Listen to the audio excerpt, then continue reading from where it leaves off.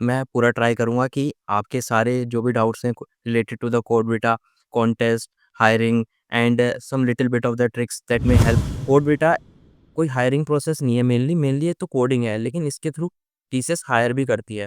TCS CodeVita का overview लेते हैं, जैसे कि कौन-कौन से राउंड हुए थे, इंटरव्यू के कितने राउंड्स आपके चले थे और ये पूरा टोटल ड्यूरेशन कितने टाइम तक चला था आपका? अभी भी जब भी टीसीएस में जाएँ ना, तो वैल्यूज़ से रिलेटेड क्वेश्चन ज़रूर प्रिपेयर करके जाएँ। टीसीएस कोडविटा आपकी खत्म हो गई है और उसके बाद की हायरिंग टीसीएस के द्वारा स्पेशली उन बच्चों के लिए जो टीसीएस कोडविटा के पार्ट रह चुके हैं, उनकी कैसे होती है? तो जो टीसीएस कोड बीटा होता है, इसमें मेनली हमारे 3 राउंड होते हैं ऑनलाइन। ये चीज़ आपने बहुत अच्छी बताई भैया, जैसे कि बहुत कम लोगों को इस चीज़ के बारे में पता होता है कि कोडविटा के राउंड 1 में ऐसा भी होता है और हम ये चीज़ भी कर सकते हैं उसके दौरान। जो मैंने रिज़्यूमे में जो चीज़ें इंक्लूड करी थी, एक तो मेरा एजुकेशनल बैकग्राउंड बहुत इम्पोर्टेंट है, टीसीएस वाले देखते हैं। तो ये इंटरव्यू का राउंड आपका कितने टाइम तक चला था? उसमें होता है 8 क्वेश्चंस और टाइम ड्यूरेशन 8 आवर्स, और रूल वही होता है 24 आवर्स के बीच में आपको कोई भी विंडो सेलेक्ट करनी होती है, उसमें देना होता है। आपने बात करी ऑथेंटिकेटर की, बहुत इंपॉर्टेंट बात है, काफ़ी लोग मिस कर देते। देन इफ़ यू फॉर्च्यूनेट कि आप टॉप 20 या 25 कोडर्स में आ गए all around the world, you will get a chance कि तुम उनके जो कैंपस होंगे उनमें आपको इनवाइट किया जाएगा एज़ अ गेस्ट। तो जो इंटरव्यू आपका हुआ था उसमें कंप्यूटर साइंस फंडामेंटल कोर्स से कौन-कौन से सब्जेक्ट से क्वेश्चन पूछे गए थे आपसे? And you will compete with the top coders there to win the prizes, और प्राइजेस भी इसका काफ़ी अच्छा होता है। ज़्यादातर जो क्वेश्चंस थे इन टॉपिक्स के अराउंड ही रिवॉल्व कर रहे थे। तो ये टेस्ट एक प्रॉक्टर्ड मोड में होता है या फिर कोई हम विंडो को ऑफ या कट करके लीव भी कर सकते हैं बीच में? टीसीएस की कोड बीटा कॉन्टेस्ट की फ्लैग सबसे ज़्यादा हाई होती है। इतनी कोड शेफ की भी नहीं होती, मतलब तो आप ये समझ सकते हैं कि 15-20 दिन के अराउंड मेरा ऑफर लेटर आ गया था। Okay, so hello everyone, welcome to the new episode of podcast. आज के हमारे जो गेस्ट हैं उन्होंने टीसीएस कोड बीटा क्रैक किया है और आज के पूरे पॉडकास्ट में हम उनके जर्नी को डिस्कस करने वाले हैं और हम उनसे आज सीखेंगे कि आप अगर कॉलेज में अभी पढ़ रहे हो तो आपका स्टेप 1 कब स्टार्ट होगा और प्रिपरेशन से लेकर के हायरिंग के एंडिंग प्रोसेस तक हम पूरा सफ़र भैया के साथ चर्चा करेंगे। तो हमारे जो गेस्ट हैं आज उनका हम स्वागत करते हैं अपने पॉडकास्ट पे। तो हेलो आयुष भैया, कैसे हो आप? हाँ, बढ़िया एकदम मस्त। Thank you everyone for inviting me. भैया थोड़ा-सा अगर आप हमारे व्यूअर्स को अपने बैकग्राउंड के बारे में बता दें, जैसे कि आपका होम टाउन क्या था? 10th 12th कैसे रहा और कॉलेज तक का सफ़र आपका? हेलो एवरीवन, आई एम अविश, मेरा नाम अविश है। मैं एक छोटे से शहर सहारनपुर से आता हूँ। कॉलेज मैंने अपनी engineering KIT group of institution से की है, computer science engineering branch. During my college life मैंने काफ़ी चीज़ें एक्सप्लोर करी हैं, हैकाथॉन से रिलेटेड पढ़ाया भी है, काफ़ी डीएस से पढ़ाया है कॉलेजेस में स्टूडेंट्स को, and and secured multiple job offers in my college, and I also secured an offer in TCS via Code Beta। So आज का जो पॉडकास्ट है और is all about the code बेटा, एंड मैं पूरा ट्राई करूँगा कि आपके सारे जो भी डाउट्स हैं related to the code beta, contest, hiring and some little bit of the tricks that may help you to improve your chance of get hired in TCS by Code Beta। Okay, so we all are set to start the code beta TCS hiring and the procedure. तो अब हम आगे बात करते हैं और उससे पहले जब कोडविटा पे हम आएँगे उससे पहले भैया मैंने आपका प्रोफ़ाइल देखा, उसमें आपने हैकाथॉन के बारे में काफ़ी लिखा है, जैसे कि 7 प्लस विक्ट्रीज़ और तो उस पे जाने से पहले थोड़ा-सा आपके कॉलेज लाइफ़ और कैसे आपने प्रिपरेशन स्टार्ट किया? तो इसके बारे में शुरू से थोड़ा आपसे जानते हैं। ओके, लाइक जो मेरा जो बैच था वो कोविड बैच था। तो फर्स्ट ईयर में हमको इतना एक्सप्लोर करने को मिला नहीं, क्योंकि घर पे ही फर्स्ट ईयर निकल गया मोस्ट ऑफ द, बस पेपर देने आए थे। लेकिन मुझको था कि थोड़ा एक्सप्लोर करना है, क्योंकि स्कूल लाइफ तक I was not able to explore that much. तो मेरा था कि चीज़ों को ढूँढना है, तो मेरे में अंदर ये अप्रोच काफ़ी रही है स्टार्टिंग से। तो जैसे ही मैं इस कॉलेज में एंटर हुआ, like in the second year, तो मैंने देखा वहाँ पे मेरे जो सीनियर्स थे काफ़ी ज़्यादा हैकाथॉन में एक्टिव थे, एंड मैंने एक ट्रेंड नोटिस किया कि जो भी लोग हैकाथॉन जीत रहे थे ना, वो कुछ ना कुछ अलग टेक पे जा रहे थे, मतलब कि जिसकी अभी की टाइम पे डिमांड ज़्यादा है और लोग बहुत कम कर रहे हैं। तो मैंने इस वजह से उस टाइम पे सेकंड ईयर में थोड़ा-सा एआर-वीआर को एक्सप्लोर करना शुरू किया और थोड़े बहुत हैंड्स ऑन प्रोजेक्ट्स बनाए, एंड उसी उसी प्रोजेक्ट से रिलेटेड मैंने फर्स्ट हैकाथॉन जीता। Like it was of in Instagram hackathons. Like I made make a filter and it got selected and I have won in dollars. So वहाँ से मेरा motivation start हुआ, मतलब एक किक स्टार्ट जो मिलना होता है ना, वहाँ से मिला कि मुझे लगा कि ये एक तरीका हो सकता है कि थोड़ा बहुत खर्चा निकल जाए और उससे मज़ा आता था करने में। मतलब कि आपको टीम बनाते थे, हैकाथॉन्स में जाते थे और इससे काफ़ी चीज़ें आपकी मेरी इम्प्रूव भी हो रही थी। तो वहाँ से स्टार्ट हुई जर्नी उस वाले हैकाथॉन से। उसके बाद कभी ये जर्नी रुकी नहीं। At the end of the 4 year मैंने काफ़ी सारे हैकाथॉन्स में पार्टिसिपेट किया, एक्ज़ैपरथॉन, फ़ॉरेन के हैकाथॉन्स में भी किया, इंडियन में भी किया, कई कॉलेजेस में भी जाके हैकाथॉन्स में पार्टिसिपेट किया और इसमें बहुत मज़ा आया।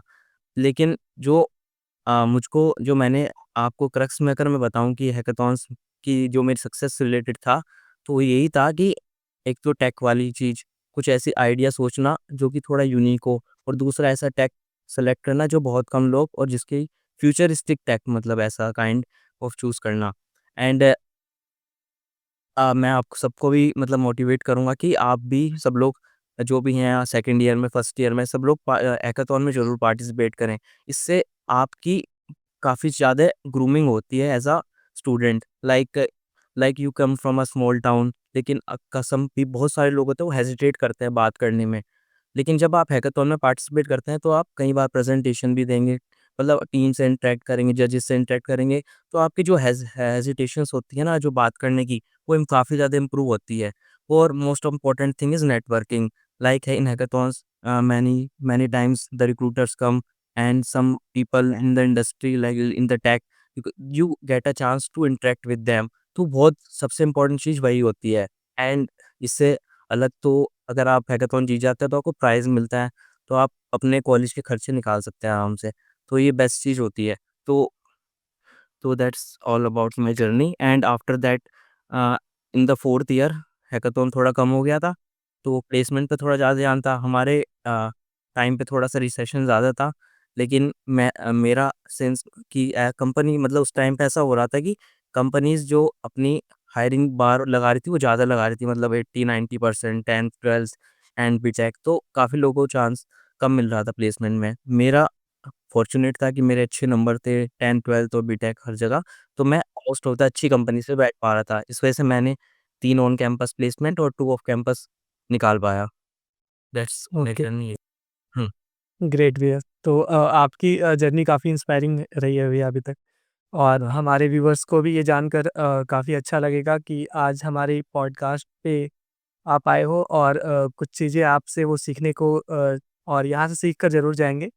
तो अब हम आते हैं मेन मुद्दे की बात पे, टीसीएस का कोड वीटा। तो भैया आपको सबसे पहले टीसीएस कोड वीटा के बारे में कौन-सी ईयर में पता चला था? हाँ, मतलब फ्रैंकली बताऊँ तो मुझे 4th ईयर में ही टीसीएस कोडविटा के बारे में पता चला था।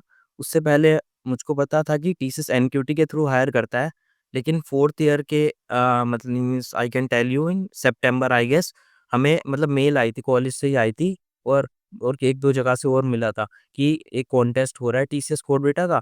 और फिर मैंने थोड़ा उसको एक्सप्लोर किया यूट्यूब पे जाके, तो मुझे पता लगा कि हायरिंग कॉन्टेस्ट भी है। मतलब है तो ये कोडिंग कॉन्टेस्ट, लेकिन टीसीएस इसके थ्रू हायर भी करती है अच्छी प्रोफाइल्स के लिए। तो वहाँ से मुझको कॉन्टेस्ट के बारे में पता लगा, फिर कॉलेज वालों ने बोला सबको रजिस्टर करने के लिए और सबने रजिस्टर किया, तो इससे ही हमें को पता लगा। Okay, great. तो 4th ईयर में आपको के बारे में पता चला। फिर में ही तो पता। तो भैया इसके जैसे थोड़े डेप्थ में जाने से पहले थोड़ा-सा टीसीएस कोड वीटा का ओवरव्यू लेते हैं। जैसे कि कौन-कौन से राउंड हुए थे, इंटरव्यू के कितने राउंड्स आपके चले थे, और ये पूरा टोटल ड्यूरेशन कितने टाइम तक चला था आपका? Okay, okay. अ, जैसे कि मैंने आपको स्टार्टिंग से ही बताया कि टीसीएस जो है ना, अगर फ्रेशर को हायर करना होता है तो उसके 2 ही तरीके हैं। मतलब अगर आप एज़ अ फ्रेशर टीसीएस में जा रहे हैं, तो 2 तरीके से जा सकते हैं। एक तो टीसीएस बाय कोडविटा और एनक्यूटी। जो एनक्यूटी होता है वो तो रेगुलर ऑन कैंपस और उनका जो हायरिंग प्रोसेस है वो है, और एक है कोडविटा। कोडविटा कोई हायरिंग प्रोसेस नहीं है, मेनली ये तो कोडिंग है, लेकिन इसके थ्रू टीसीएस हायर भी करती है। तो जो टीसीएस कोडविटा होता है इसमें मेनली हमारे 3 राउंड होते हैं ऑनलाइन। सो फर्स्ट राउंड जो होता है जब आप रजिस्ट्रेशन करेंगे उसके 1 मंथ के राउंड स्टार्ट हो जाता है कॉन्टेस्ट के, और ये जो फर्स्ट राउंड होता है ये अराउंड 6 आवर्स का होता है, इसमें 6 क्वेश्चंस होते हैं। और मेन इंटरेस्टिंग चीज़ ये होती है कि आपको वो 6 आवर्स की विंडो सेलेक्ट करनी होती है विदिन 24 आवर्स। जैसे कि आज कॉन्टेस्ट स्टार्ट हुआ, आप कल तक दे सकते हैं कोई भी 6 आवर्स की विंडो सेलेक्ट करके जो भी आपको कंफर्टेबल लगे। फर्स्ट राउंड 6 आवर्स का 6 क्वेश्चन हुए, अगर आपने वो क्वालिफाई किया तो नेक्स्ट राउंड होता है राउंड 2। उसमें होता है 8 क्वेश्चंस और टाइम ड्यूरेशन 8 आवर्स, और रूल वही होता है 24 आवर्स के बीच में आपको कोई भी विंडो सेलेक्ट करनी होती है, उसमें देना होता है। देन इफ़ यू फॉर्च्यूनेट कि आप टॉप 20 या 25 कोडर्स में आ गए all around the world, you will get a chance कि तुम उनके जो कैंपस होंगे उनमें आपको इनवाइट किया जाएगा as a guest, and you will compete with the top coders there to win the prizes, और प्राइज़ेज़ भी इसका काफ़ी अच्छा होता है। तो अब हम बात करेंगे इसके मतलब क्या-क्या आता है, मतलब टॉपिक्स में क्या-क्या आता है। मतलब जैसे मैंने बताया कि जो पहला राउंड होता है ना, वो 6 आवर्स का होता है। उसमें 6 क्वेश्चन होते हैं, और जो 6 जो क्वेश्चन्स होते हैं, वो मॉडरेट टू हाई लेवल के होते हैं। जैसे अगर किसी ने आप लोग लीड कोड करते होंगे, लीड कोड के कॉन्टेस्ट देते होंगे, तो लीड कोड के जो 3rd और 4th क्वेश्चन आता है कॉन्टेस्ट में, तो उससे थोड़ा-सा ऊपर लेवल का आप कंसीडर कर सकते हैं। मतलब ये टीसीएस का ज़रूर है, लेकिन ये एक कॉन्टेस्ट है, तो इसका लेवल अच्छा होता है एंड वर्ल्ड वाइडली कंडक्ट किया जाता है। तो जो मेनली टॉपिक्स जो के क्वेश्चन जो मैंने नोटिस किए थे, वो थे ग्रीडी के, और काफ़ी 2 पॉइंटर्स के क्वेश्चन थे, डीपी एंड ग्राफ। मतलब ज़्यादातर जो क्वेश्चंस थे इन टॉपिक्स के अराउंड ही रिवॉल्व कर रहे थे। DP, greedy and graph were the top topics that were covered in the contest. और फर्स्ट राउंड जैसे कंप्लीट होगा, और जैसे जी, आपने कहा। हाँ, जैसे फर्स्ट राउंड के बारे में आपने बताया तो हुँ, ये 6 घंटे का एक आपका पोर्टल ओपन होता है। तो 24 आवर्स के टाइमिंग के बीच में आप ये 6 आवर का पोर्टल जब भी स्टार्ट कर देते हो, स्टार्टिंग टाइम आपका लॉगिन से शुरू हो जाता है। मतलब हाँ। अगर आप उसको एग्ज़िट कर देते हो तो आपका टाइमर चल रहा होगा। या डेफ़िनिटली टाइमर आपका, अगर आपने जैसे वो आपको बैठना पड़ेगा उस हिसाब से कि अगर आपने स्टार्ट कर दिया तो वो टाइमर चलता रहेगा। चाहे आप कहीं पे भी जाएँ, बंद कर दें उसको, कोई फ़र्क नहीं पड़ता, लेकिन टाइमर चलता रहेगा। तो आपको अपने टाइम के हिसाब से 6 घंटे चूज़ करने हैं बेस्ट। तो ये टेस्ट एक प्रॉक्टर्ड मोड में होता है या फिर कोई हम विंडो को ऑफ या कट करके लीव भी कर सकते हैं बीच में? हाँ, इस कॉन्टेस्ट की सबसे अच्छी बात ये है कि कोई प्रॉक्टरिंग नहीं होती है।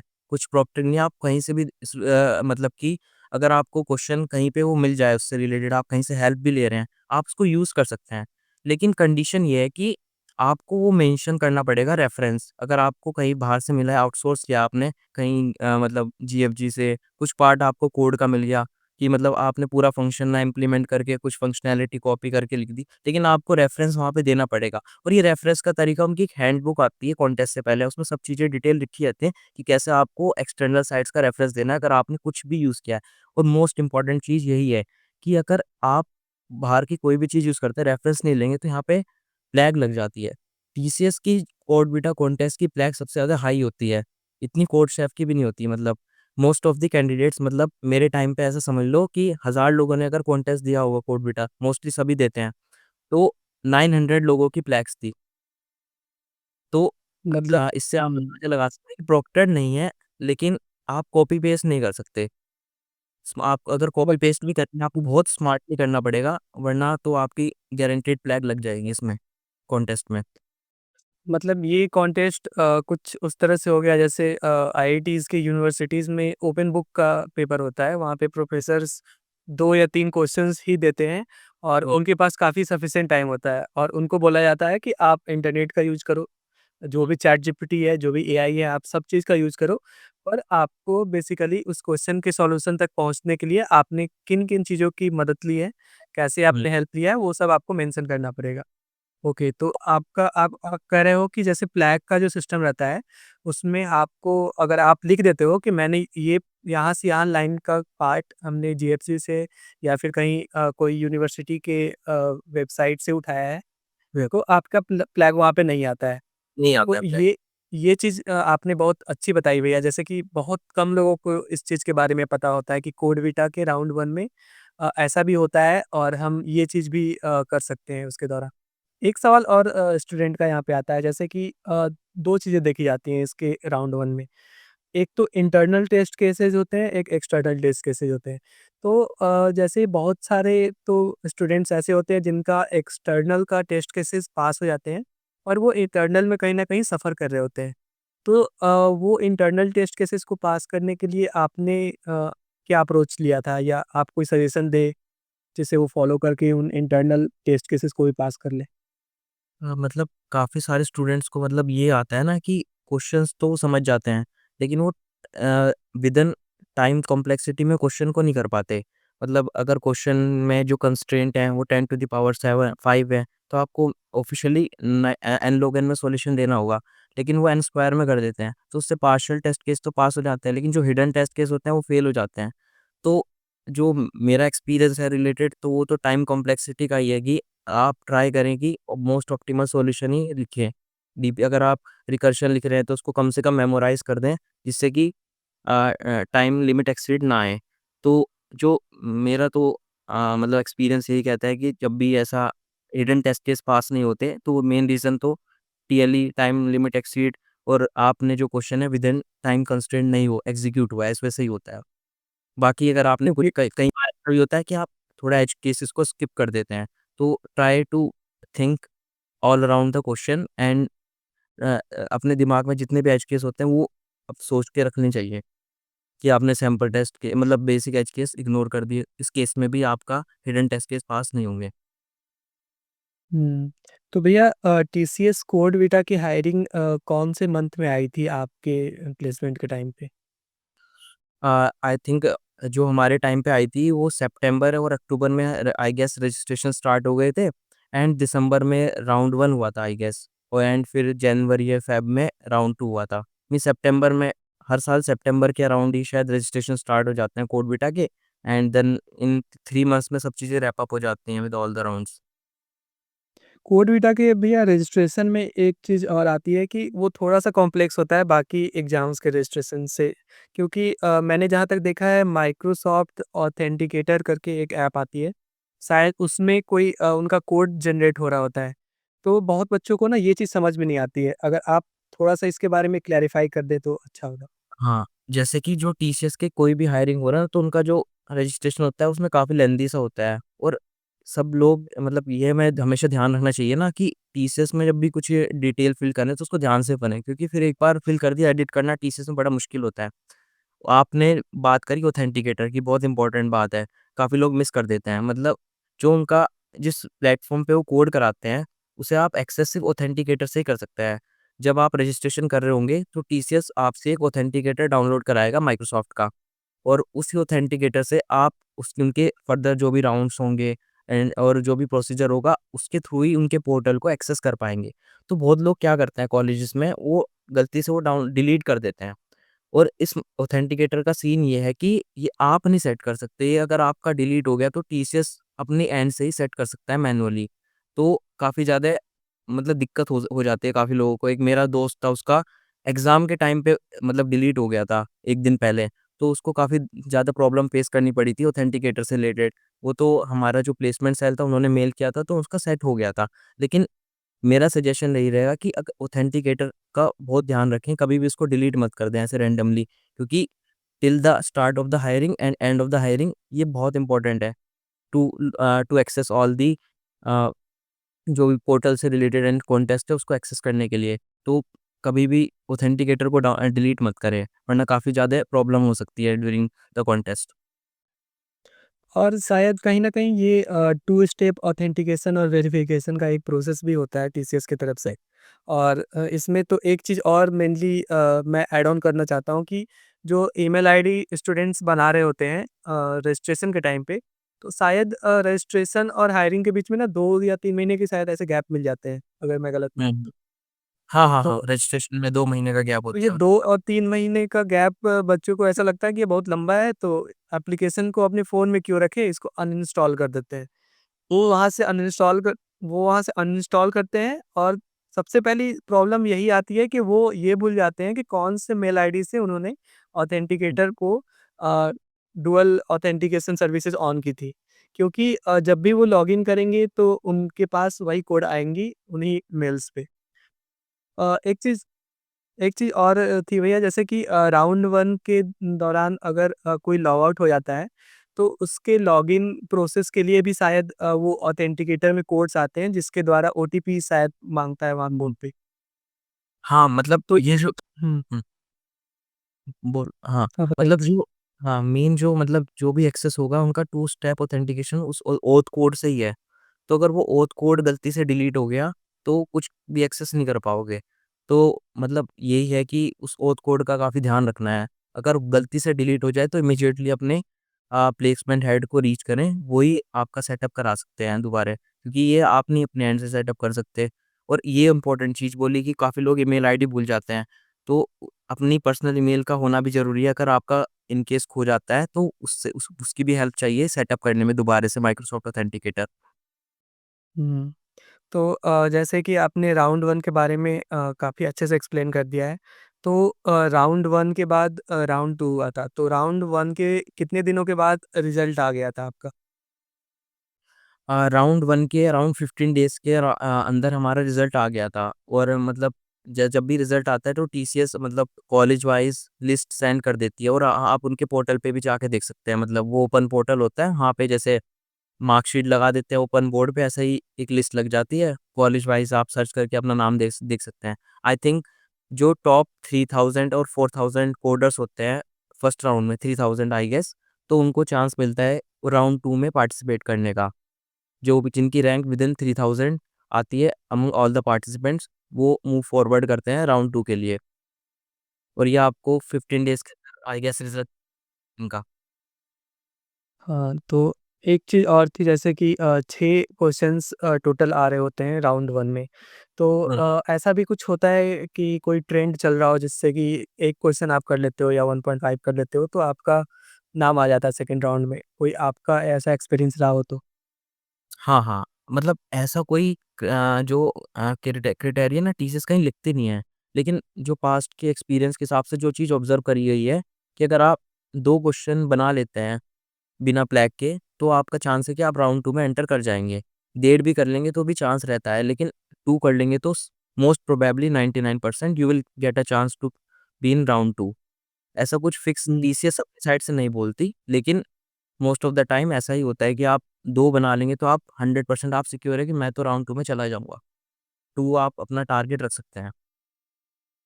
तो हमारे व्यूअर्स को ये बात भी जान लेनी चाहिए कि जैसे 2 क्वेश्चंस टोटल 6 क्वेश्चंस में करने पे आपका सिलेक्शन हो रहा है, तो इसका मतलब उसका लेवल क्या रहा होगा? उन प्रॉब्लम जो जिन्होंने हुँ, प्रॉब्लम सेट करा होगा, उन्होंने हर तरह के एक सिनेरियो को और केस स्टडीज़ को गो थ्रू करके ही सेट करते हैं कि आप उसे कोई भी एआई से डिकोड नहीं कर सकते हो। आपको अपना ह्यूमन लॉजिक और ह्यूमन ब्रेन का यूज़ करना पड़ेगा। हाँ, आप हेल्प ले लो, और हेल्प लेने के बाद प्लेगरिज्म से बचने का भी तरीका है, वहाँ पे आपको मेंशन करना पड़ेगा, जो कि यह बात बहुत कम लोगों को पता होती है, प्लेगरिज्म से कैसे बचें, और इस चक्कर में वो बाहर भी हो जाते हैं पहले हुँ। राउंड से। हाँ, तो भैया एआई जैसे एआई प्लेगरिज़्म कहीं पे अलाउ नहीं है। ये वेबसाइट पे अगर वो कोड किसी का हेल्प आप रेफरेंस ले रहे हैं, कहीं वेबसाइट पे हुँ, अवेलेबल है लाइक जीएफजी, तब आप कर सकते हैं बस। हुँ, AI AI plagiarism not a नहीं है, नॉट एट तो ऑल। अब फर्स्ट राउंड हो गया था, तो सेकंड राउंड जो आपकी हुई थी, तो वो फर्स्ट राउंड के कितने दिनों के बाद वो राउंड हुआ था आपका? जब रिज़ल्ट आ गया था आई थिंक 15-20 दिन के बाद हो गया था राउंड 2 कंडक्ट। 20 दिन, यस। ओके। तो भैया अब बात करेंगे टीसीएस कोड वीटा के राउंड 2 का। तो आप थोड़ा-सा डिटेल्स में बताइए कि कैसे क्वेश्चन्स आए थे और ये पहले राउंड से कितना डिफरेंट होता है? मैं आपको बताता हूँ जैसे कि जो राउंड 1 होता है ना, वो as a kind of leet code contest की तरह है। उसमें क्वेश्चन्स होते हैं लाइक जो लीड कोड में सेकंड, थर्ड, फोर्थ क्वेश्चन आते हैं, लेवल आई थिंक वैसा ही रहता है कि जो स्टार्टिंग के क्वेश्चन 2 थोड़े से ईज़ी टू मीडियम, फिर 3-4 मॉडरेट टू हार्ड एंड 5-6 बहुत ही हार्ड होते हैं, वो बनना बड़ा मुश्किल होता है।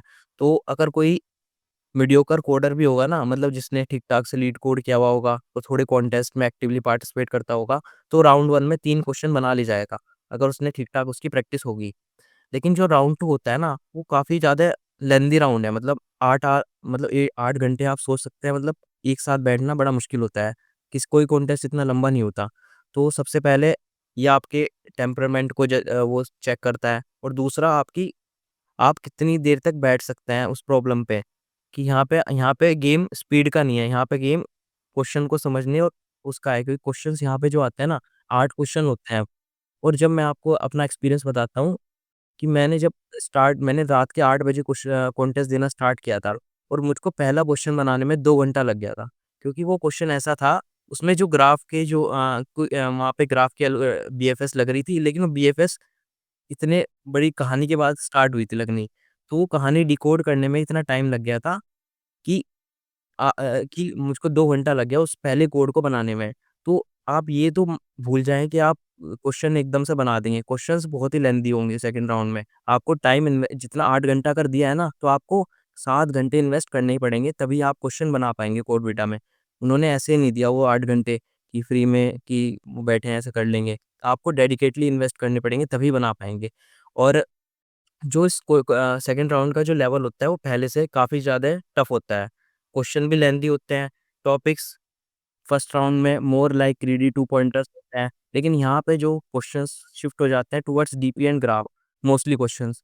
तो जो हम काफ़ी ज़्यादा ट्रेंड देखते हैं कि जो कॉलेज में काफ़ी लोग डीपी ग्राफ नहीं करते, तो उनके लिए तो काफ़ी ज़्यादा डिफ़िकल्ट हो जाता है राउंड 2। एंड हाँ, इसका को क्वेश्चंस को बनाना है, तो आपको मतलब बैठना पड़ेगा आपको, या तो हम कैसे करते थे, जैसे हमारे टाइम पे जब कोड बीटा था ना, तो हम अपने दोस्तों की हेल्प ले लेते थे, क्योंकि वैसे तो फ्लैग था कि अगर आपने किसी टेलीग्राम ग्रुप से कॉपी कर लिया, काफ़ी लोग कर देते थे कि लिए हाँ, कॉपी कर देते हैं, लेकिन उनका फ्लैग लग जाता है सबका।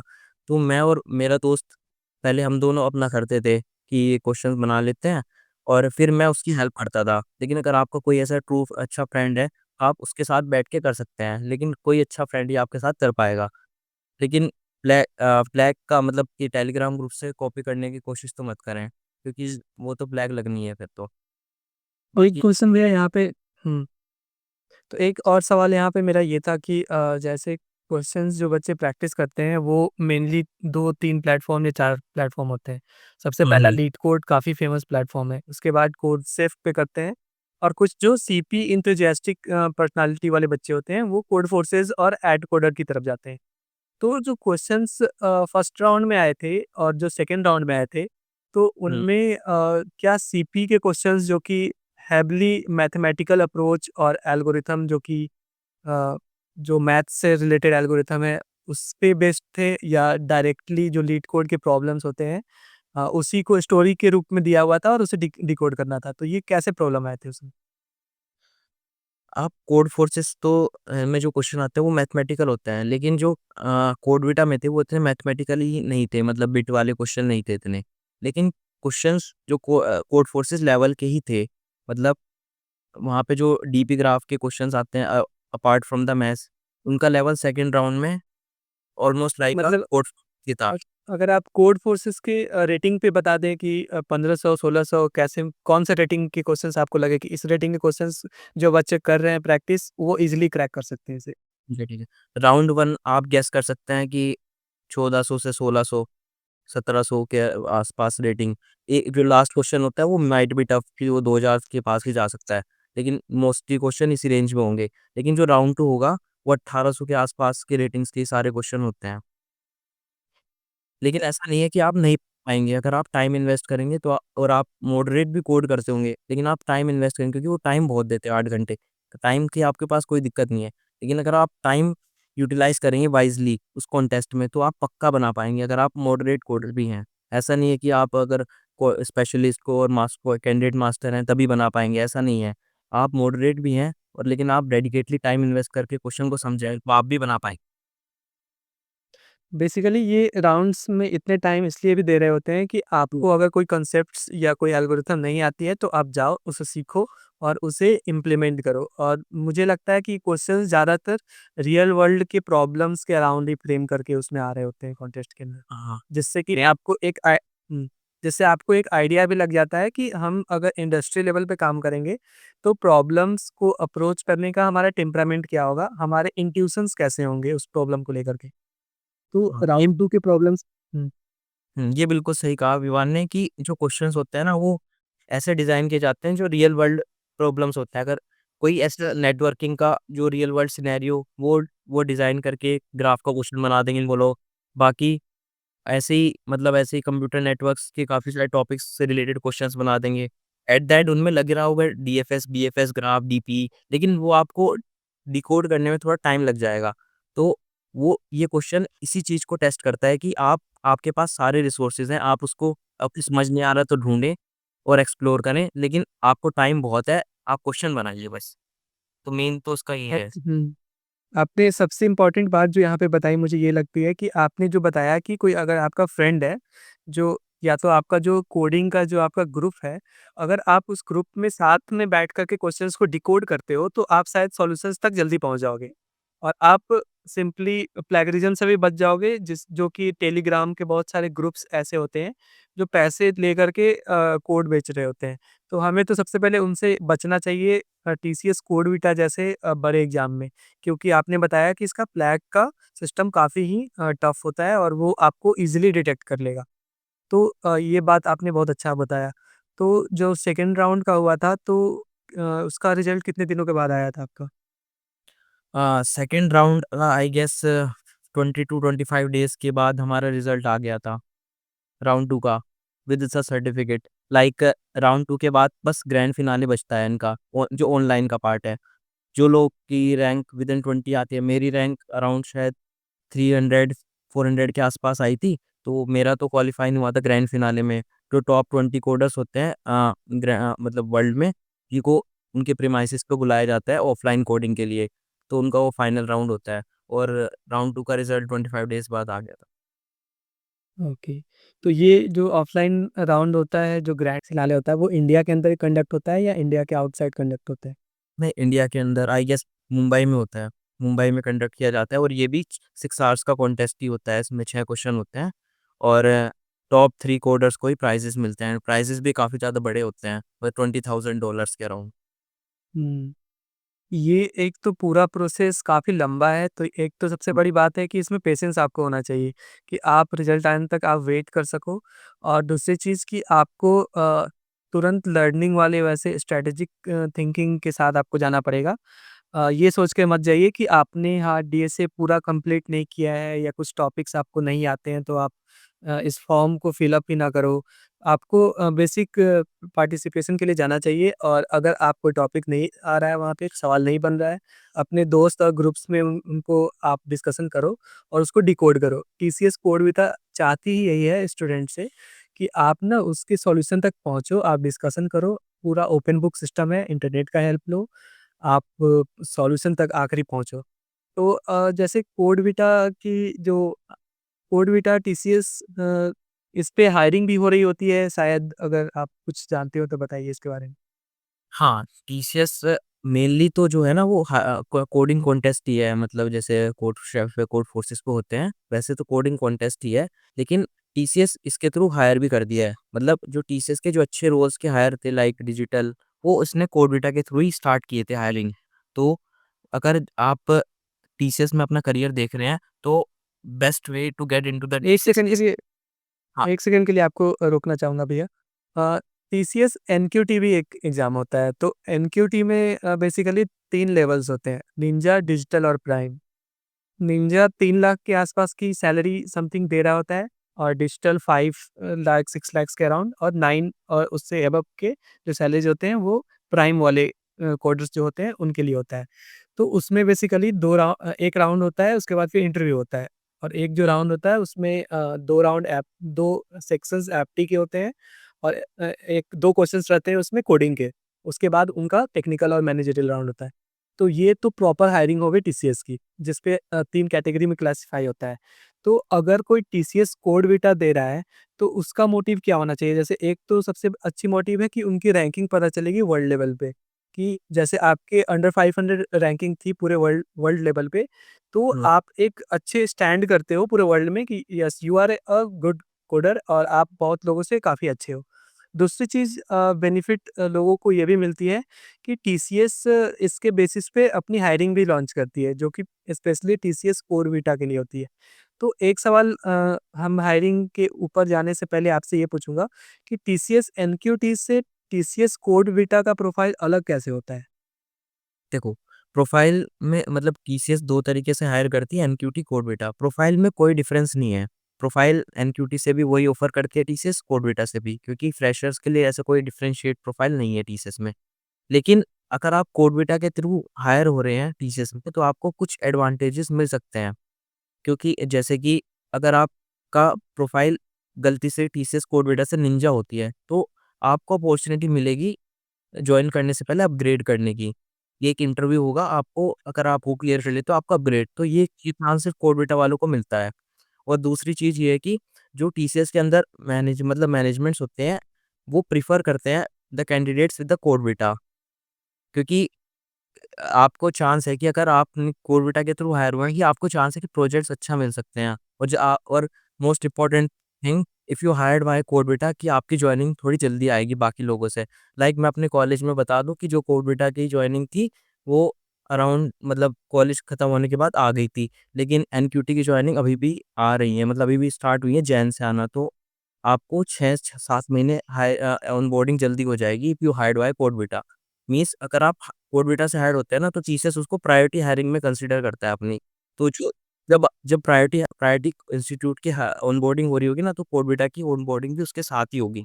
तो जो भी बेनिफिट्स प्रायोरिटी हायरिंग वाले इंस्टीट्यूट्स को मिलते हैं, तो वो आपको भी मिलेंगे अगर आप टीसीएस कोडविटा से जाते हैं। और वो बाकी आप मैंने अपग्रेड वाला बताया कि अगर आप निंजा, तो आप एक चांस मिलता है कि आप अपग्रेड कर सकें जाने से पहले, और ये काफ़ी बड़ा चांस होता है। तो ये सारे बेनिफिट्स आपको मिल रहे होंगे अगर आप कोरविटा के थ्रू हायर होंगे। बाकी आपको थोड़ा कॉन्फिडेंस भी रहेगा कि मैं कोडिंग के थ्रू हायर हुआ हूँ किसी कंपनी में। ग्रेट भैया। एक क्वेश्चन यहाँ पे ये आ रहा होता है स्टूडेंट्स का कि जैसे टीसीएस कोड वीटा का सारा फाइनल राउंड्स हो गए हैं, प्राइस डिस्ट्रीब्यूशन भी हो गया है, तो उन्हें ये नोटिफिकेशन कब आता है या वो कितने रैंक पे रहेंगे तो ये एक्सपेक्ट एक्सपेक्ट कर सकते हैं कि हाँ, उनको कॉल आएगा टीसीएस की तरफ से? क्योंकि वो ऐसे मान के तो नहीं बैठ सकते हैं कि यार हम बैठे रहेंगे और हमें आएगा, क्योंकि और भी कंपनीज़ को अप्रोच करना उनके लिए सही रहता है इस टाइम पे। हाँ, इस पे जाने से पहले ना मैं थोड़ा-सा मतलब कॉन्टेस्ट अभी अभी तक जो हमने डिस्कस किया वो कॉन्टेस्ट से रिलेटेड किया। थोड़ा हायरिंग साइड में बता देता हूँ। हम हायरिंग पे अभी आएँगे भैया। तो पहले थोड़ा-सा इस पे हम फ़ोकस इसलिए कर रहे हैं ताकि उन्हें पता हो कि कौन-कौन से रैंक वालों की हुँ। हायरिंग की वो मेल आ जाती है। इसके बाद हम हायरिंग के ऊपर भी चर्चा करेंगे। मैं अपने टाइम के हिसाब से रेफ़रेंस दे सकता हूँ। लाइक जब मेरा ईयर था, तो उस टाइम पे जिनकी रैंक अराउंड 2000 से अंडर थी, तो उनको चांस मिला था कि हायरिंग में प्रोसीड करने का। हाय इसके बाद एक और राउंड होता है टेस्ट का, मतलब वो हायरिंग का पार्ट थे। तो आप गेस कर सकते हैं, अगर आपकी रैंक 2000 के आस-पास है या विदिन 2000 है, तो आपको डेफिनिटली विल गेट 2000 3000 के आस-पास है, तो आपको डेफिनिटली चांस मिलेगा कि आप टीसीएस में इंटरव्यू देने का। तो ये जो मेल आती है टीसीएस की तरफ से ये मेल आती है कि आपके कॉलेज के प्लेसमेंट सेल की तरफ से ये मेल आती है कि आपकी हायरिंग होने वाली है? हाँ, मेरे टाइम पे तो मेरे कॉलेज की तरफ से आई थी, एक लिस्ट आई थी कि ये जो स्टूडेंट्स हैं राउंड 2 के बाद they have to fill the form, और उसके बाद उनको सेंटर सेलेक्ट करने थे फर्दर राउंड्स के लिए। मतलब कि जब ये राउंड 2 आप सेलेक्ट हो जाते हैं, मतलब राउंड 1 और राउंड 2 क क्वालीफाई करते हैं, जो लिस्ट आती है उसके बाद एक और राउंड होता है, वो ऑफलाइन जाके कंडक्ट होता है। उसमें भी 2 क्वेश्चन होते हैं कोडिंग के, और लेकिन ये इसमें कंडीशन ये होती है कि आपको वो टीसीएस के आईओन सेंटर्स पे जाके देने होते हैं। तो मेरे टाइम पे कॉलेज ने भेजी थी वो लिस्ट, जिसके थ्रू मतलब मुझको नोटिफ़िकेशन आई थी। टीसीएस की तरफ से शायद बाद में आई थी। हुँ। तो इससे आपको एक आइडिया और हो गया होगा जैसे कि जो आपके प्लेसमेंट सेल ने जो लिस्ट जारी की थी, उसमें ये कितने स्टूडेंट्स थे जो आपके कॉलेज से ये टेस्ट देने गए थे? टेस्ट देने आई गेस 50 से अबव लोग थे, क्योंकि मैंने आपको पहले बताया कि मोस्ट ऑफ द लोगों की फ्लैग लग गई थी। पूरे कॉलेज ने दिया था ये कॉन्टेस्ट, मतलब जितने भी हमारे बैच में 1200-1300 लोग हैं, तो 900 या 1000 लोगों ने दिया था। लेकिन ज़्यादातर लोगों की फ्लैग लग गई थी या क्वालीफाई नहीं कर पाए थे वो लोग। तो अराउंड 50 लोग टेस्ट देने गए थे ऑफलाइन टीसीएस का। तो भैया एक चीज़ तो यहाँ से इस डिस्कशन से ये क्लियर हुई कि अगर कोई टीसीएस कोड वीटा का एग्ज़ाम दिया है जिसने, तो उसके कॉलेज में मिनिमम 30, 40 या 50 सिलेक्शंस हायरिंग के लिए आएगी ही आएगी। तो ये सोच करके भी अगर कोई टीसीएस कोड वीटा देता है तो उसके लिए ये काफ़ी बेनिफिशियल हो जाएगा। और रही दूसरी बात कि जैसे आपने बताया कि इसका एक राउंड और होता है, जो कि टीसीएस की तरफ से मेल आता है कि हाँ, आपको पार्टिसिपेट करना है, आयरन डिजिटल के प्लेटफ़ॉर्म पे जाके, उनके सेंटर पे जाके आपको कोडिंग के टेस्ट देने होते हैं। तो वो अब हम जो अभी आगे बात करने वाले हैं इस पॉडकास्ट में, वो बात करेंगे कि टीसीएस कोडविटा आपकी ख़त्म हो गई है और उसके बाद की हायरिंग टीसीएस के द्वारा स्पेशली उन बच्चों के लिए जो टीसीएस कोडविटा के पार्ट रह चुके हैं, उनकी कैसे होती है। तो सबसे पहले भैया शुरू करेंगे हम आपके कोडिंग राउंड से, तो थोड़ा-सा आप उसके बारे में बताइए? हाँ, तो जब आपकी राउंड 2 के बाद एक लिस्ट आएगी कि जो-जो लोग हायरिंग के लिए क्वालीफाई करेंगे टीसीएस की तरफ से, वो आपका कॉलेज आपको प्रोवाइड कर देगा मोस्ट ऑफ द टाइम्स। तो उसके बाद आपको एक प्रेफर्ड सेंटर सेलेक्ट करना होगा जहाँ पे आपको ऑफलाइन टेस्ट कंडक्ट किया जाएगा। टेस्ट के पैटर्न सिर्फ़ 2 क्वेश्चन होंगे। यहाँ पे एप्टीट्यूड, इंग्लिश कुछ नहीं होता इसमें, सिर्फ़ 2 कोडिंग क्वेश्चन होते हैं। मेरे टाइम पे जो क्वेश्चन आया था, एक क्वेश्चन था डीपी का। आपने सुना भी होगा rearrange the balls of same colour, ऐसा कुछ क्वेश्चन था और एक एक सिंपल क्वेश्चन था 2 पॉइंटर्स का। तो मतलब ये लेवल आता है कोडिंग का, मतलब easy to medium you can consider, like leet code level ये क्वेश्चन यू कैन कंसीडर। तो 2 ही क्वेश्चन आते हैं और मेरे टाइम पे if I will tell you कि अगर आप एक क्वेश्चन और दूसरे के पार्शियल टेस्ट केस चला देंगे तो आप क्वालीफाई कर जाएँगे इंटरव्यू के लिए। हुँ। तो यहाँ पे मैं फिर से एक चीज़ क्लियर कर देता हूँ अपने व्यूअर्स को कि आप टीसीएस कोडविटा से डरिए मत। आपके कॉलेज में मिनिमम 30-40 बंदों की तो हायरिंग होगी ही होगी और आप उस पे अपना 100% कॉन्संट्रेट कर सकते हैं। आप ये डर के मत छोड़िए कि बहुत टफ होता है तो मैं शायद निकाल ही ना पाऊँगा। वो तो डिपेंड करता है आपके टेम्परामेंट पे और बाकी लोगों के कॉम्पिटिशन और टेम्परामेंट पे। हो सकता है वो सवाल आपसे बन जाए और जिनका कोडिंग आपसे बेहतर हो, उससे वो क्रैक ना हो। ये उनके इंट्यूशन और एट द मोमेंट पे भी काफ़ी डिपेंड करता है। तो सबसे पहले तो आपको टीसीएस कोडविटा देना चाहिए और जैसे कि भैया ने बताया कि टीसीएस कोडविटा में जो रोल्स होते हैं, जो कंपनी में जाने के बाद, जॉइनिंग के बाद आपको जो प्रोजेक्ट्स मिलते हैं, वो काफ़ी एडवांस लेवल के प्रोजेक्ट मिलते हैं। तो नॉर्मल जो टीसीएस एनक्यूटी की हायरिंग हो रही होती है, उससे तो आपके प्रोजेक्ट्स काफ़ी बेहतर होंगे, जिससे कि आपकी लर्निंग काफ़ी अच्छी हो जाएगी। और अगर आप एक फ्रेशर हो और किसी एक कंपनी के अंदर जा रहे हो, तो आप तो चाहोगे कि हमें जल्द से जल्द ज़्यादा से ज़्यादा सीखने को मिले, ताकि हम बहुत ज़्यादा टेक्नोलॉजी को अपने एडवांसमेंट और अपने डोमेन में कवर कर लें। तो ये भैया काफ़ी एक इम्पॉर्टेंट पार्ट होता है इस प्रिपरेशन के दौरान। अब हम बात कर रहे थे कि जैसे आपको मेल आ गई थी और आपने राउंड 1 देने टीसीएस के आईवन डिजिटल सेंटर पे आप गए थे। तो वहाँ पे बच्चे ये ध्यान दें कि उनको मेनली सीपी ओरिएंटेड अगर वो नहीं भी है, तो कोई प्रॉब्लम नहीं है क्योंकि यहाँ पे भी बच्चे छोड़ देते हैं एग्ज़ाम कि टीसीएस कोड बीटा की हायरिंग चल रही है तो बहुत ही टफ होगा। पर आपने ये बात क्लियर कर दी और हमारे व्यूअर्स के सामने आपने ये बात रखी कि जो क्वेश्चंस आ रहे होते हैं वो ईज़ी टू मीडियम और कहीं-कहीं मीडियम टू स्लाइटली हार्ड की तरफ भी क्वेश्चंस एक होते हैं। तो बेसिकली लीड कोड के कोर्सेज़ होते हैं। तो आज के डेट में सारे कॉलेज के बच्चे लीड कोड तो कर ही रहे होते हैं और जिन्होंने एक ठीक-ठाक लीड कोड के 2 ढाई सौ प्रॉब्लम लगाए हुए हैं, 300 तक प्रॉब्लम लगाए हुए हैं, मुझे नहीं लगता कि वो कहीं पे भी राउंड 1 में फँसने वाले हैं। तो उन्हें एग्ज़ाम में बैठना चाहिए और इससे डरना नहीं चाहिए। अब भैया मैं बात करता हूँ कि इसके दूसरे पहलू की तरफ बात करते हैं कि राउंड 1 जब हुआ था तो आपके कॉलेज से कितने स्टूडेंट सेलेक्ट हुए थे? और एक चीज़ इसी में ऐड ऑन कर दूँगा एक सवाल और कि कितने क्वेश्चंस करने इम्पोर्टेंट रहते हैं या कितने टेस्ट केसेस पास करने इम्पोर्टेंट होते हैं राउंड 2 के लिए? मतलब जो ऑफलाइन राउंड हुआ था, ऑफलाइन राउंड जो आपका हुआ था? जैसे मैंने आपको ऑफलाइन का बताया कि 50 के अबव की लिस्ट थी, जो आई थी, जो कि क्वालीफाई थे for the offline round. So after the round हमें एक और लिस्ट आई थी जिसमें 35 स्टूडेंट थे। हमारे कॉलेज से 35 स्टूडेंट सेलेक्ट हुए थे for the final interviews inter DCS. और हाँ, इस बीच मैं एक और चीज़ ऐड ऑन करना चाहता हूँ कि कुछ लोग होंगे कि हमारे से जो है कोड नहीं चल रहा, तो वो छोड़ के आ जाते हैं। तो छोड़ने वाला मतलब सीन कभी मत करना टीसीएस में, क्योंकि टीसीएस में होती है पार्शियल मार्किंग और पार्शियल मार्किंग मीन्स अगर आप कुछ भी टेस्ट केस भी पास कर देंगे, तो आपको कुछ नंबर मिलेंगे। मान लिया आपने पहला क्वेश्चन बना लिया, वो थोड़ा ईज़ी टू मीडियम साइड होता है, ईज़ी साइड होता है, तो आप बना लेंगे कैसे भी करके। और आप पे सेकंड नहीं बन रहा, तो आपको सेकंड छोड़ के नहीं आना है बिल्कुल भी। सेकंड के कुछ टेस्ट केस जो विज़िबल हों या फिर कुछ कभी-कभी क्वेश्चन आ जाते हैं ट्रू फॉल्स रिटर्न वाले, तो वो बना के ज़रूर आएँ कि आपको पार्शियल क्वेश्चन का मार्किंग का एडवांटेज मिल जाए। तो तो छोड़ना आप कभी नहीं हुँ। है।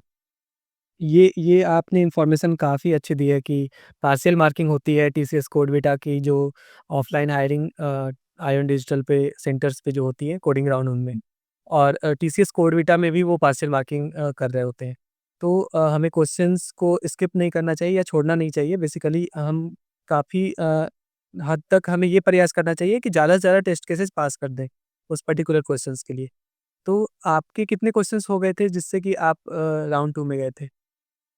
या आप तो पूरी एक कोई आइडिया आप बता सकें कि मिनिमम कितने करे जा सकें जिससे कि राउंड 2 में हो जाता है? हाँ, तो आप ट्राई करें कम से कम कि एक क्वेश्चन तो बना दें। एक क्वेश्चन तो आई थिंक बेयर मिनिमम होगा उनका। लेकिन अगर आपका एक बन जाता है, तो जैसे मैंने बताया कि आप दूसरे के कुछ टेस्ट केस करा सकते हैं। तो मतलब आप ट्राई करें कम से कम एक बना दें और दूसरे का पार्शियल टेस्ट केस को पास करा दें। तो आप कॉन्फिडेंट रहेंगे कि हमारा नेक्स्ट राउंड में क्वालीफाई हो जाएगा। तो भैया नेक्स्ट राउंड क्या हुआ था और वो पहले राउंड के कितने दिनों के बाद अनाउंसमेंट हुआ था उसका? हाँ, थोड़ा नेक्स्ट राउंड की स्टोरी थोड़ी इंटरेस्टिंग है। लाइक ये नेक्स्ट राउंड थोड़ा रैंडम आया था। नेक्स्ट राउंड इंटरव्यू राउंड होता है। तो मैं जैसे घर पे था उस टाइम पे, तो शाम के 5 बज रहे थे और मैं कहीं गया हुआ था। तो मुझको मेल आती है कि अगले दिन 11 बजे आपका इंटरव्यू है सुबह। और वो नोएडा में था और मैं अपने घर था, सहारनपुर। मतलब मेरा घर सहारनपुर में है, तो अपने घर था। तो और मैं बाहर भी था, तो थोड़ा-सा हेजिटेशन होगी कि इतनी जल्दी कैसे होगा, कोई ट्रेन भी नहीं मिलेगी, कैसे जाना है, वो है। तो काफ़ी ज़्यादा रहता है टीसीएस में कि जो इंटरव्यू आते हैं ना, एकदम से शूट अप होते हैं। आपको ऐसा नहीं कि 1 हफ्ते का टाइम दिया जाएगा कि 1 हफ्ते बाद आपका इंटरव्यू है और 10 दिन बाद है। आपको 1 2 दिन पहले मैक्स कॉल आएगी और आपको जाना ही पड़ेगा। तो ये थोड़ा-सा रहता है टीसीएस में कि इमीडिएटली आ जाता है, इमीडिएट नोटिस पे, और आपको जाना ही पड़ता है और आप स्किप भी नहीं कर सकते। तो 5 बजे जैसे मुझको मेल आई, तो मैंने जल्दी से अपना रैप अप करके जल्दी जो भी हो सकता था डॉक्यूमेंट्स ले, क्योंकि डॉक्यूमेंट्स ले जाना मैंडेटरी होता है हर स्टेप में टीसीएस के वेरिफिकेशन के लिए। तो डॉक्यूमेंट्स जैसे आधार हाँ, कार्ड 12th डेट, हाँ, आधार कार्ड, और पैन 12th के मार्कशीट भी इम्पोर्टेंट होते हैं। या 12th की मार्कशीट, क्योंकि उनका हायरिंग का एक क्राइटेरिया है ना 60%, और एक गैप वाला क्राइटेरिया है कि 2 साल से आई थिंक 2.8, मुझे वो एग्ज़ैक्ट याद नहीं है, कि उससे ज़्यादा नहीं होना चाहिए। वो चीज़ वेरीफ़ाई करने के लिए वो देखते हैं, वो मार्कशीट्स। तो उससे इसलिए तो इसलिए ज़रूरी। हुँ। तो आप राउंड 1 जो सेंटर पे देने गए थे, तो उसमें आप मार्कशीट, आधार कार्ड और अपना एडमिट कार्ड लेकर गए थे। नहीं, राउंड 1 में नहीं देखते, राउंड 2 में, इंटरव्यू में। जो राउंड इंटरव्यू 2 में, होता है उसमें हाँ, ओके। उसमें देखते हैं। राउंड 2 में, इंटरव्यू में, उसमें मेल में लिखा होता है अच्छे से कि आपको ये सब चीज़ें लेके आनी है, मार्कशीट्स। मतलब मैंने जैसे बताया, ये चीज़ें होती हैं गैप।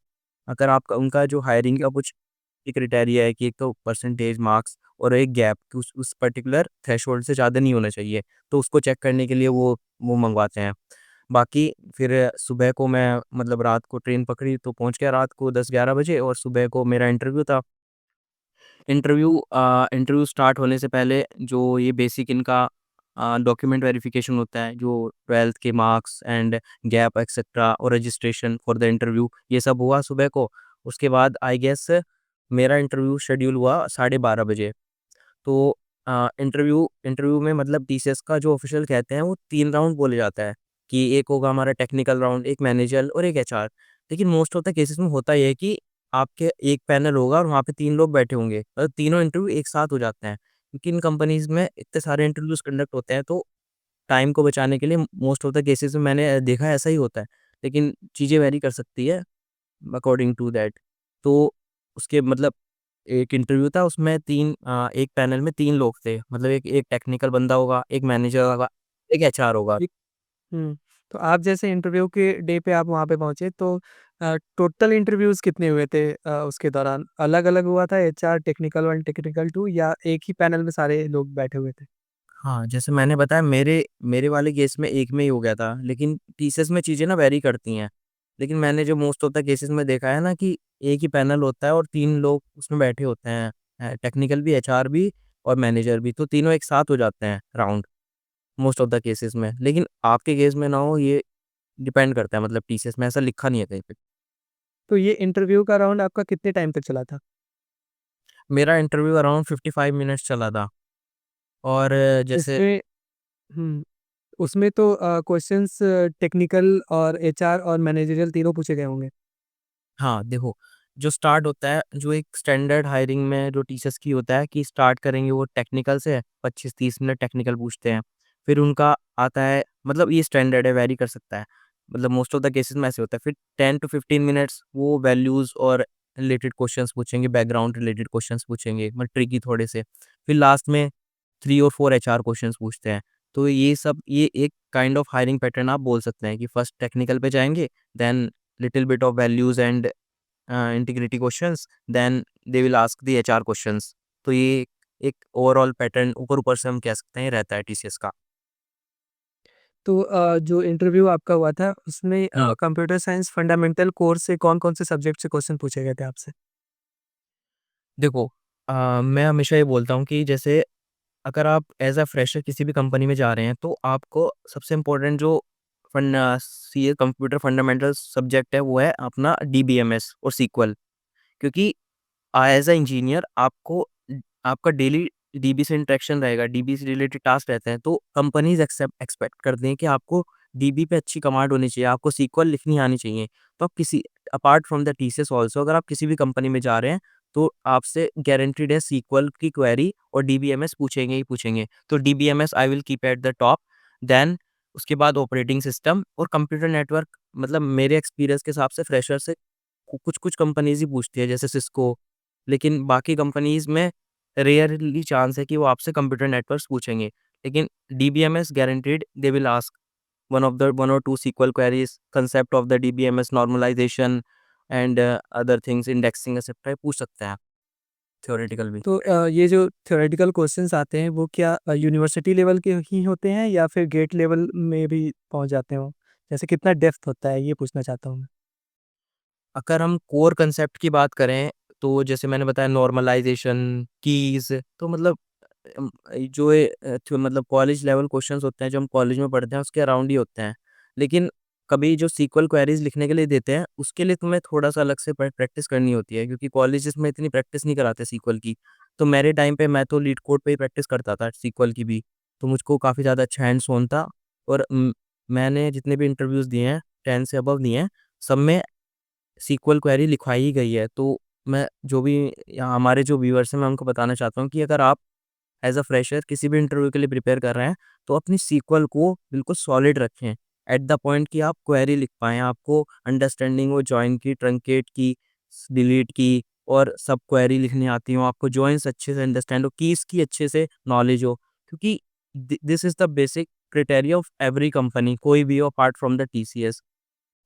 तो आप अगर थ्योरेटिकल कॉलेज वाले सिलेबस से पढ़ेंगे वो काफ़ी है, लेकिन आपको सीक्वल की थोड़ी-सी ऐड ऑन प्रैक्टिस करनी पड़ेगी। हुँ। तो भैया आपसे क्या डीएसए के क्वेश्चंस भी वहाँ पूछे थे इंटरव्यू में? हाँ, तो मेरे से अपार्ट फ्रॉम डीबीएमएस सबसे सबसे पहले पूछा गया था ऊप्स, सॉरी ऊप्स। ऊप्स भी एक ऐसा टॉपिक है डीबीएमएस के बाद जो हर इंटरव्यू में पूछा जाता है। ऊप्स में ऊप्स में सारे प्रिंसिपल्स जो होते हैं उनके, और उस उन प्रिंसिपल से रिलेटेड आपको एग्ज़ाम्पल्स आने चाहिए कि एक-एक एग्ज़ाम्पल्स और स्टोरी बिहाइंड कि why why from functional programming to object oriented programming, ऐसे रिलेटेड क्वेश्चंस आने चाहिए। और मेरे से तो उन्होंने लिखवाए थे क्वेश्चंस, मतलब कि हर प्रिंसिपल को एक सैंपल एग्ज़ाम्पल बना के दिखाओ किसी भी लैंग्वेज में, जावा, सी प्लस प्लस में, तो वो लिखवा भी सकते हैं। तो इस लेवल पे आपको ओप्स अच्छे से प्रिपेयर करने हैं।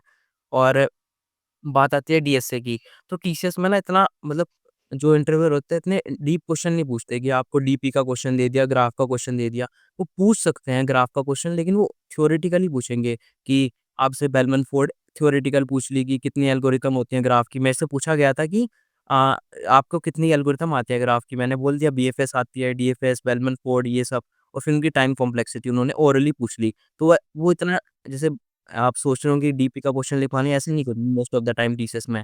उसके बाद एक बेसिक सा क्वेश्चन पूछ सकते हैं आपसे, 2 पॉइंटर्स का, स्लाइडिंग विंडो का बेसिक क्वेश्चन पूछ सकते हैं। सर्चिंग सॉर्टिंग भी पूछ लेते हैं मोस्ट ऑफ द केसेस में, तो कि आप थोड़ा बहुत बाइनरी सर्च, लीनियर सर्च ये सब भी पूछ लेते हैं।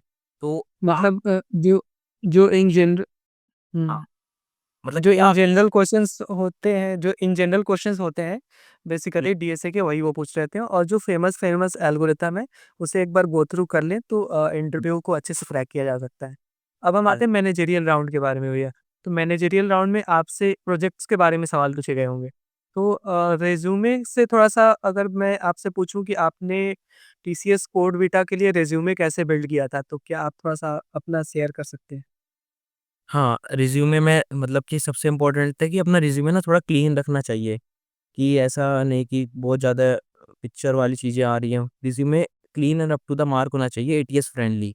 तो जो मैंने रिज़्यूमे में जो चीज़ें इंक्लूड करी थी, एक तो मेरा एजुकेशनल बैकग्राउंड बहुत इम्पोर्टेंट है, टीसीएस वाले देखते हैं एजुकेशन कि आपने 10th कहाँ से कितने आपके 10th में थे, 12th में थे, मेरे से पूछा गया था।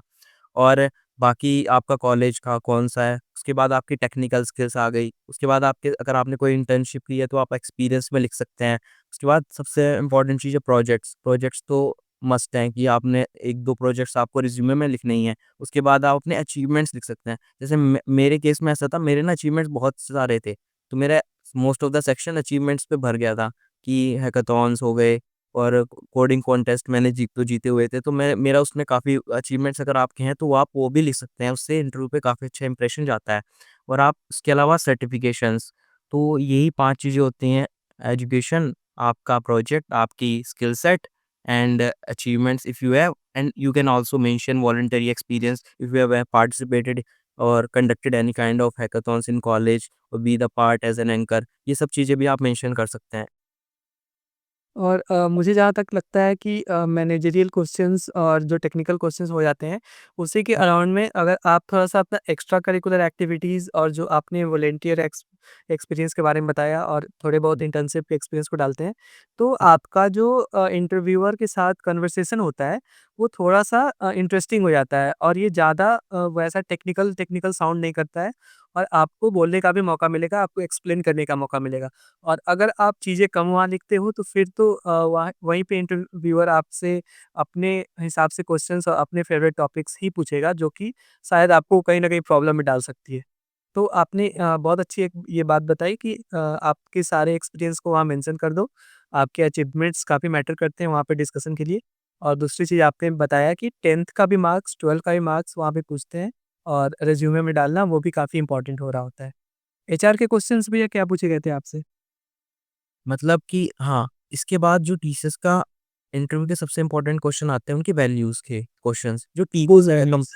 हाँ, टीसीएस एज़ अ कंपनी है ना जो स्टैंड करती है वो वैल्यू पे स्टैंड करती है अपनी। उनकी लिटरल वैल्यूज़ होती हैं कुछ, वो उस पे स्टैंड करते हैं। और टीसीएस का ऐसा है कि वो अपने बाकी चीज़ों को इग्नोर कर सकती है, लेकिन कभी टीसीएस अपनी वैल्यूज़ को इग्नोर नहीं करेंगी। तो कभी भी जब भी टीसीएस में जाएँ ना, तो वैल्यूज़ से रिलेटेड क्वेश्चन ज़रूर प्रिपेयर करके जाएँ। मतलब जैसे इंटीग्रिटी, अगर आप वो ऐसे क्वेश्चंस पूछ लेते हैं इंटीग्रिटी से रिलेटेड, लाइक आपसे कॉलेज की नेगेटिव आपसे बुलवाने की कोशिश करेंगे, आपसे पूछेंगे कि आपके कॉलेज ने आपको सपोर्ट किया है। अगर एट दैट मोमेंट आप बोल देते हैं कि मेरा कॉलेज अच्छा नहीं था, उसने कभी सपोर्ट नहीं किया, तो ये एक नेगेटिव इंप्रेशन है, you are not integrate towards your organisation. तो ऐसे एम्प्लॉइज़ को वो हायर नहीं करते हैं, मतलब उनका उनकी वैल्यूज़ उनके लिए सब कुछ है टीसीएस के लिए। तो ऐसे क्वेश्चंस में मतलब ट्राई करें कि हमेशा पॉजिटिव अप्रोच के साथ ही आंसर करें if they ask questions related to the values, और वैल्यू ये मान के चले वैल्यूज को रिलेटेड क्वेश्चंस पूछे ही जाने हैं टीसीएस में, क्योंकि ये उनके हायरिंग का क्राइटेरिया ही समझ लें। और इस इन क्वेश्चंस को टैकल करने का यही तरीका है कि always be at a positive approach, कभी भी नेगेटिव अप्रोच मत शो करें, क्योंकि अगर आपने कुछ भी किया तो आपके चांसेस काफ़ी ज़्यादा कम हो सकते हैं इंटरव्यू हायरिंग में। तो सबसे इम्पोर्टेंट तो उनके वैल्यूज़ को रिलेटेड क्वेश्चंस होते हैं कि ये मैंने आपको बता दिया। Then come to the HR question. HR questions में वो थोड़ा बहुत पूछ सकते हैं कि what are your experience in the college, how have you ever work in the team, what is your experiences if you face any problem and how what you did you do to overcome it. तो जो general HR questions हमको Google पे मिल जाएँगे, ये सभी पूछते हैं। और लास्ट में जो एक हमेशा पूछा जा उनका जो क्वेश्चन उनको पूछना ये मैंडेटरी है कि are you willing to relocate, और इस क्वेश्चन में हमेशा यस ही बोलना है, नो बोलोगे तो मतलब मान लो कि नहीं हो पाता। एक नेगेटिव इंप्रेशन पड़ता है एचआर के साथ। नेगेटिव इंप्रेशन नहीं, मतलब वो उनके हुँ। कुछ की पॉइंट्स होंगे टीसीएस के, वो नोट करते हैं कि क्योंकि TCS as a company service based एक कंपनी चेकलिस्ट होगी जिसमें कि लोकेशन से। तो अगर आप पहले ही मना कर दें कि मैं फ्लेक्सिबल ही नहीं हूँ किसी लोकेशन पे जाने के लिए, तो वो ऐसे को क्यों हायर करेंगे? अनलेस एंड अनटिल कोई केस आ जाए। तो ओके, नो तो बोलना ही नहीं है। ग्रेट। तो कैसा लग रहा है आपको टीसीएस में काम करके अभी? टीसीएस में अभी बढ़िया चल रहा है सब। अभी मैं अ, हुँ, हुँ, थोड़ा-सा हमें बताइए हुँ। अपने एक्सपीरियंस के बारे में। अभी मुझको टीसीएस में अराउंड 5 मंथ्स होने जा रहे हैं। आई जॉइन्ड इन सितंबर और उसके बाद टीसीएस की जो होती है मैंडेटरी ट्रेनिंग होती है 1 एंड हाफ मंथ की। मतलब वो वैरी करती है रोल के अकॉर्डिंग कि निंजा की 3 मंथ्स की होती है, डिजिटल की और उनकी कम होती है प्राइम की, तो उनकी 1.5 मंथ की होती है। तो उसके बाद उनकी मैंडेटरी ट्रेनिंग होती है जावा में जो करनी होती है और बाकी चीज़ों की। उसके बाद मुझको प्रोजेक्ट मिल गया था जल्दी मतलब ट्रेनिंग के खत्म होते ही मुझको प्रोजेक्ट मिल गया था और मेरा प्रोजेक्ट यहीं पे ही है, नोएडा में ही काम कर रहा हूँ मैं सेक्टर 135। एक था जैसे कि आपका इंटरव्यू जब हो गया था तो ऑफर लेटर आने में कितना टाइम लगा था टीसीएस का? मुझको डेट आज भी आता है जिस दिन मेरा ऑफर लेटर आया था। मेरा ऑफर लेटर आया था मेरे बर्थडे से 6 दिन पहले, 14 अप्रैल को मेरा ऑफर लेटर आ गया था और उसपे मतलब को ऐसे कॉलेज की तरफ से कोई लिस्ट विस्ट नहीं आई थी। वो डायरेक्ट टीसीएस से ईमेल आया था कि you have been selected for in the TCS और you can check your profile by downloading the offer letter. तो जब मैंने ऑफर लेटर डाउनलोड किया फिर प्रोफाइल देखी और फिर ये सब हुआ फिर आई वाज़ हैप्पी। मतलब आप ये समझ सकते हैं कि 15-20 दिन के अराउंड मेरा ऑफर लेटर आ गया था। Okay. That was the best moment क्योंकि ये हायरिंग काफ़ी लंबी चली। सितंबर, अक्टूबर से लेकर के आपका अप्रैल तक लगा टाइम पूरे हायरिंग यस। प्रोसेस को लेकर के और लास्ट आपके हाथ में ऑफर लेटर था टीसीएस का। तो हाँ। मैनी मैनी कांग्रेचुलेशन भैया इसके लिए तो आपको और आपने काफ़ी काफ़ी अच्छा इनसाइट्स दिया आज हमारे व्यूअर्स को और आपने बहुत ही डिटेल्स में और काफ़ी अपने विचार यहाँ पे रखे हैं हायरिंग को लेकर के, तो आपका बहुत-बहुत धन्यवाद इसके लिए। और तो लास्ट क्वेश्चन हमारा ये रहेगा कि अगर कोई व्यूअर आपसे कनेक्ट होना चाहता है हुँ, और हुँ। उसके मान लीजिए कोई पर्सनल डाउट्स है, तो वो आपके कौन-कौन से प्लेटफ़ॉर्म्स हैं जिससे आपसे जुड़ सकता है? लिंक्डइन से जुड़ सकता है या इंस्टा से। हाँ, लिंक्डइन ओके, मैं विवान को दे दूँगा, वो पिंग कर देगा मतलब अपने उस पे। Great, okay, okay, thank you so much. Thank you.